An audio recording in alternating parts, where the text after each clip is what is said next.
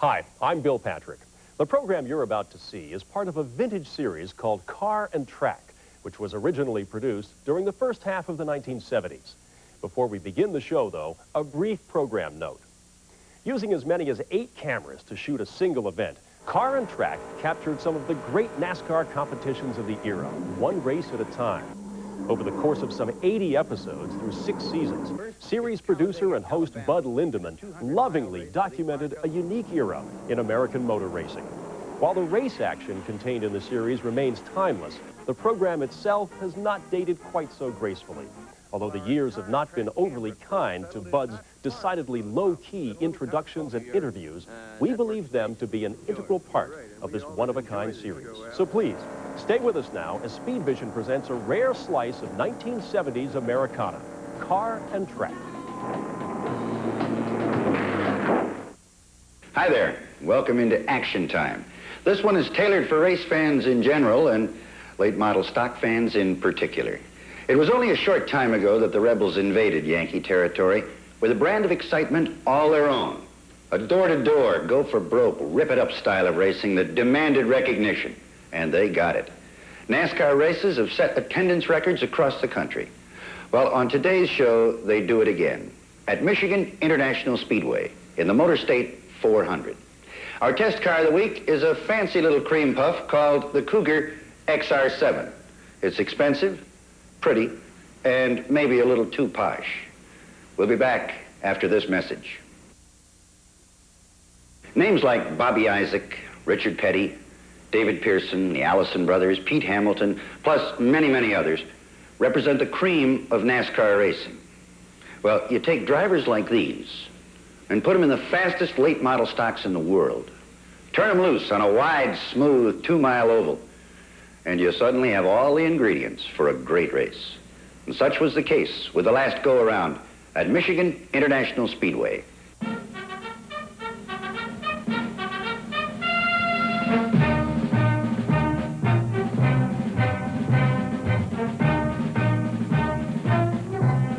Michigan International Speedway, the twice-a-year Yankee home for the Rebels from NASCAR.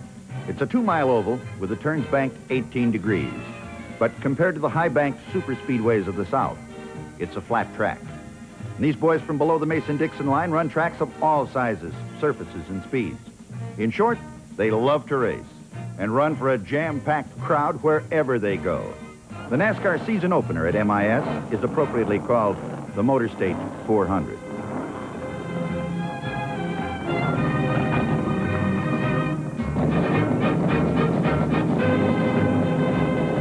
With all drivers aboard, they follow the pace car out of pit row and onto the track.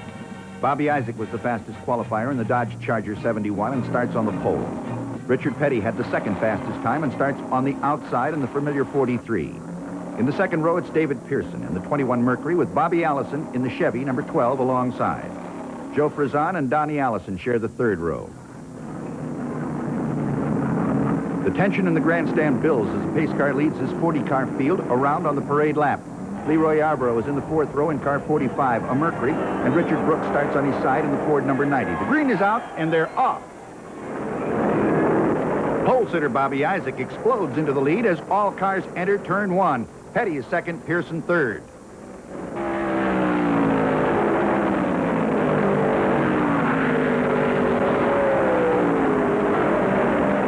In the third turn, Petty goes high, and Pearson slips under him, and Allison starts to charge.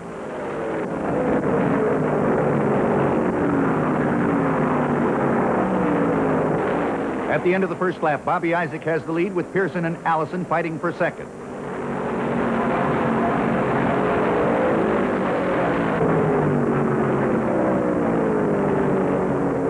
David Pearson puts wings under that Mercury and flies past Isaac on the back chute to take over the number 1 spot.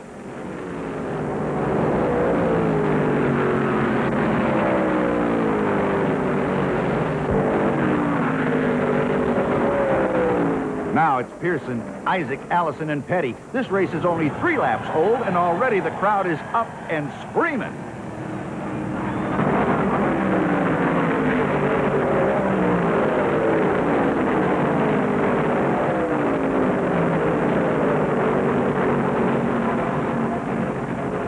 The Dodge number 2, driven by Bill Siebert, drops down low on the apron and heads for pit row.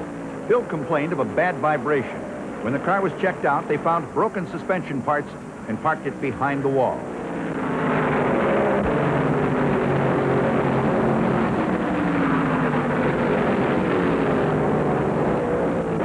Entering turn 3, Richard Petty is on the move as he passes Allison on the low side to take over third.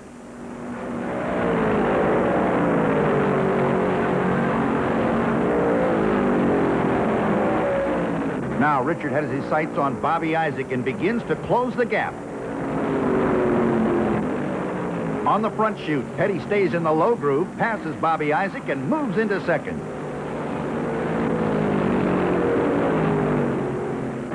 The Plymouth 9, driven by Pete Hamilton, makes an early pit stop for right side rubber. He's changing to a harder compound tire.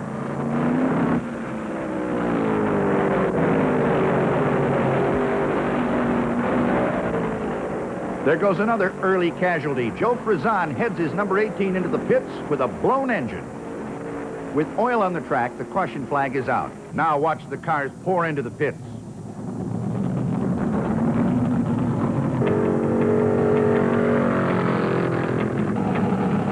'43, Richard Petty.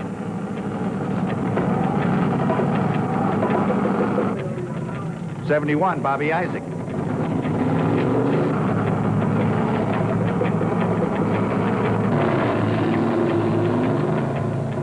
The Wood Brothers Mercury, 21, David Pearson driving.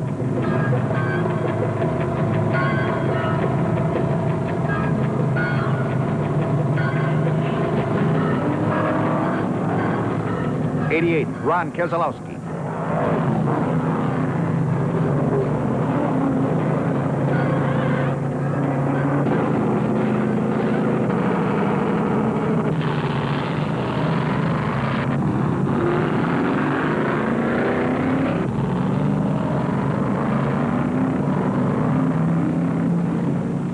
All cars are out except one. Joe Frizan climbs out of his Dodge and they park it behind the wall.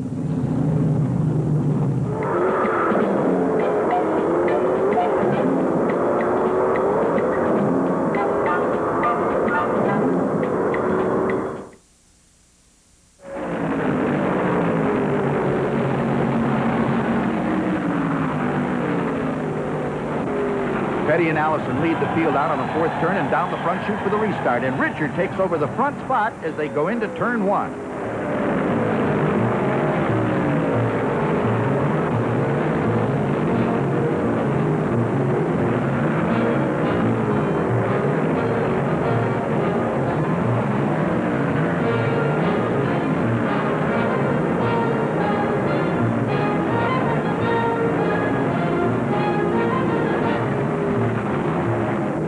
On the long back straightaway, Bobby Allison screams his Monte Carlo underneath Petty. Now the Coca-Cola car has the lead.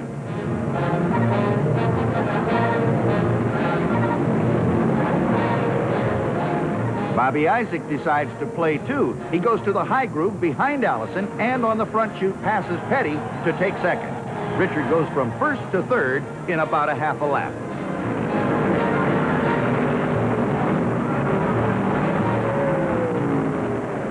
The back straight here at MIS is long and wide. They can really wind those engines. Bobby Isaac does just that and passes Allison to grab the lead in the third turn. Petty also passes to go back into second.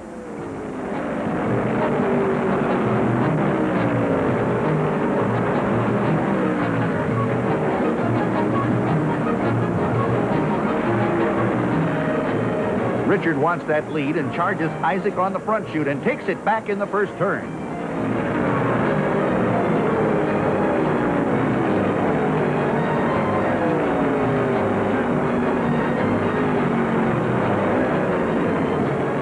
Richard may have the lead, but there's a hot trio right behind him in the form of Isaac, Allison, and Pearson.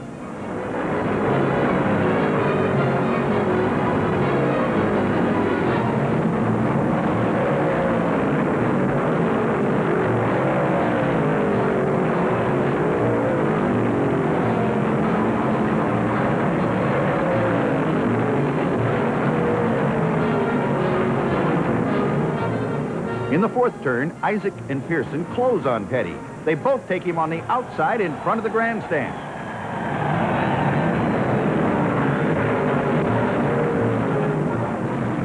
Donnie Allison can wait no longer and wheels his Ford in for fuel and new tires.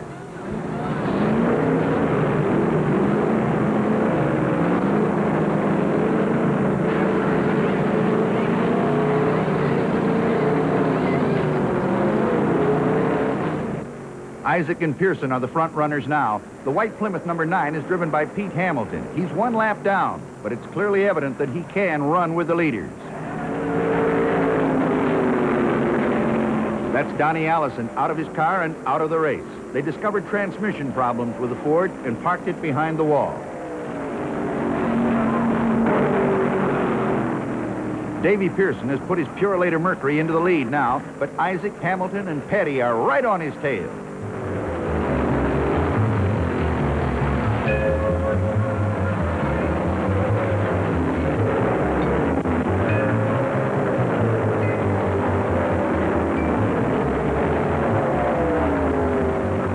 Another one goes behind the wall. This time it's Dick Brown. His Chevy number 91 develops ignition trouble.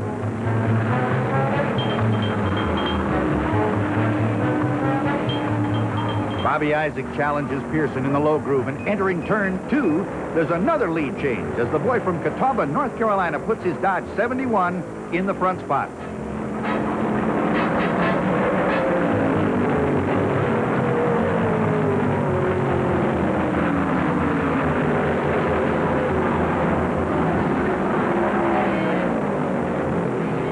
Uh-oh, it looks like Isaac may need tires. He slows up and drops down on the apron. This move puts Dave Pearson back in the lead.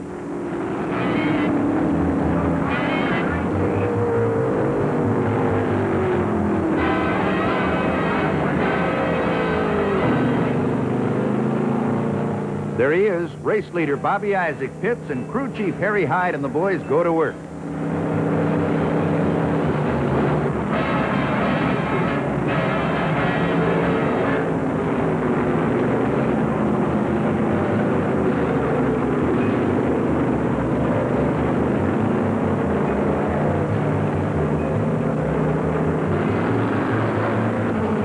Just as Isaac goes back on the track, Petty pulls in.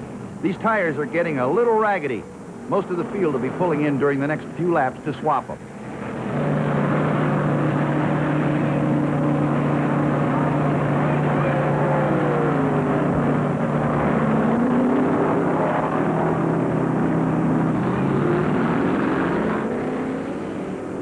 Petty and Pearson are out. Bobby Allison is in.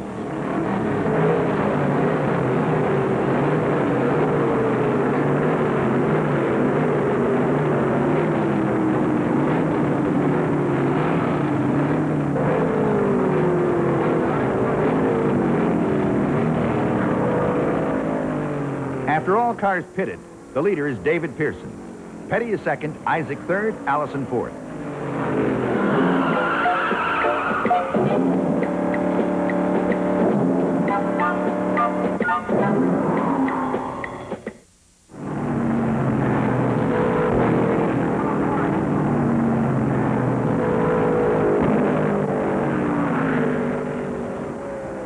Going into the fourth pocket, Bobby Isaac kicks his Charger hard and slams past Petty. This makes him number 2.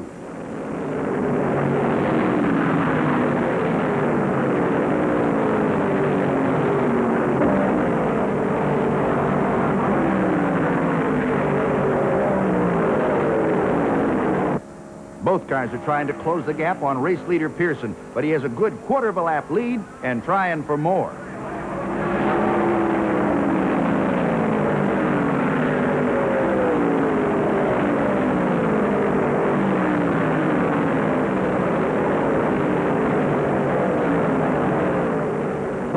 That's the end of the story for Leroy Yarborough. His crew checks the Mercury over, finds a bad push rod, and Leroy drives it into the garage area. The second caution flag of the day comes out on the 106th lap when car 64, driven by Elmo Langley, pops a valve and stalls in the fourth turn. Once again, watch this pit action. It's fast and furious.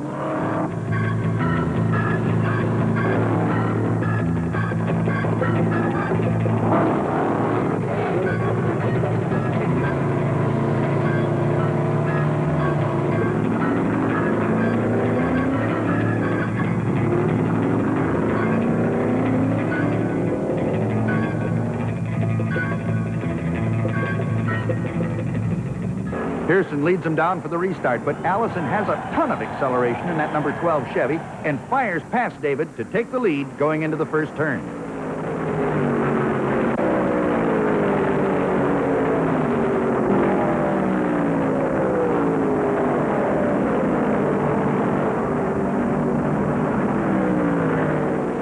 Bobby's front spot is short-lived because Pearson has the big Mercury wound up now and dives down low to regain his lead. Petty follows Pearson through the hole to grab second.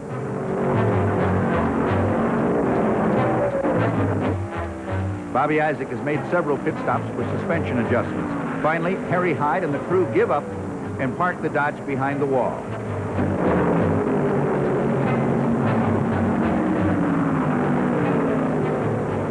Pete Hamilton, the Plymouth number 9, is running in front of Pearson. However, he's one lap down. This was caused by an unscheduled pit stop early in the race for a slashed tire. It was a bad break for Pete because he certainly proved he can run with the leaders. He finally pits on the 158th lap with engine failure and goes out of the race.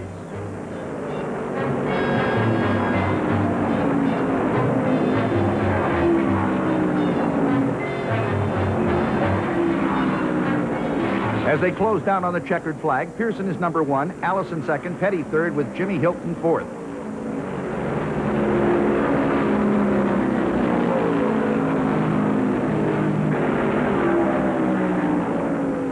There's the white flag. One more lap, and Davey gets the brass ring.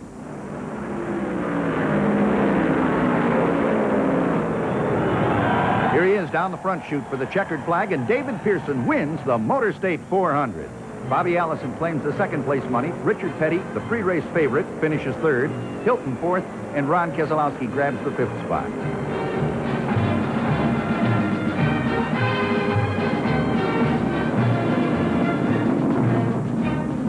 It's an elated Wood Brothers crew that follow their Mercury into victory lane. This represents the 6th major super speedway win this year for the Big Mercury. 2 with A.J. Foyt aboard and 4 with David Pearson.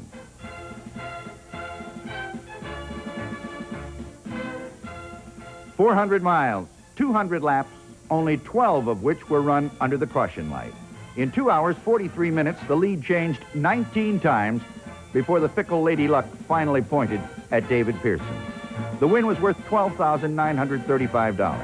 David said it was hard work, but you'll have to admit that on an hourly basis, the pay is excellent.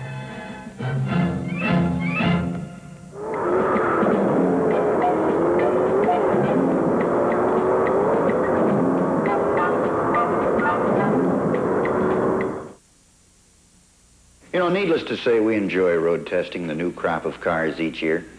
Changes in styling and facelifting are always refreshing. But the most interesting changes are oftentimes caused by the engineering departments and lie underneath the skin. Well, over the period of time that we have a test car, we get a real kick out of the comments that are made by the general public.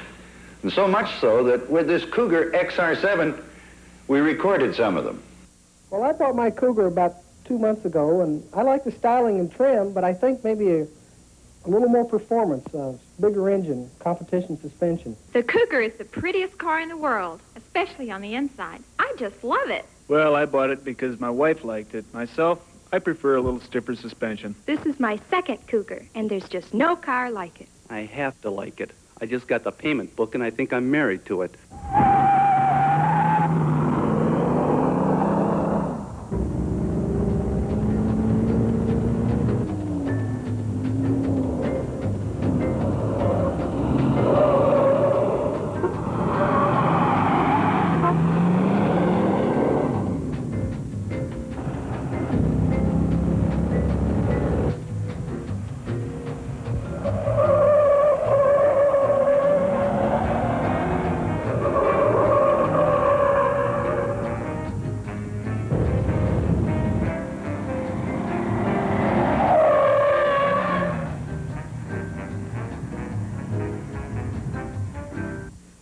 You know, for a long time, a lot of folks felt that a Cougar was just kind of a duded-up Mustang.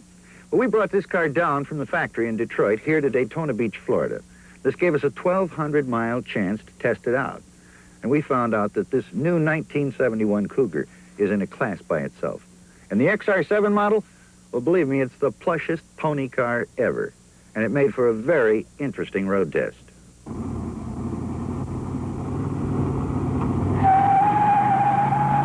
Our first try off the line ran us up to 30 miles an hour in 3.3 seconds. The standard version may not be the fastest way to go, but it sure was comfortable. We had 45 miles an hour in 5.7. With the tires hot and everything wound out, our best 65-mile-an-hour run took 8.9. For 1971, there appears to be very little talk about the high-performance Cougar. Instead, it's the luxurious Cougar, and the XR7 is just that.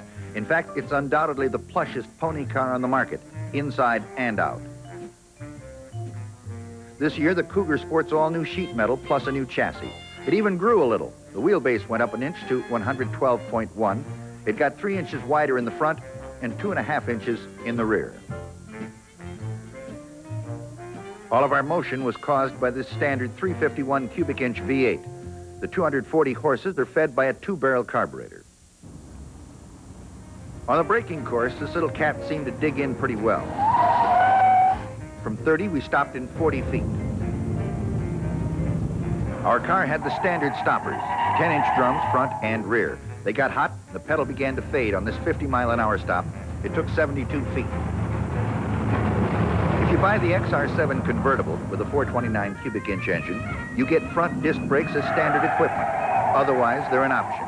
I don't know why, but Lincoln Mercury wrote the rules. From 70, we stopped in 209 feet. The drums were hot and smoking.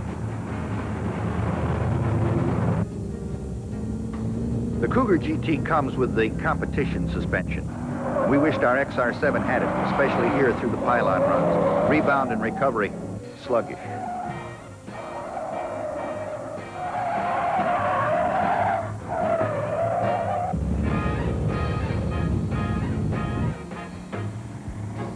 As you can see, soft springs don't take to a reverse spin too well. Body lean was excessive.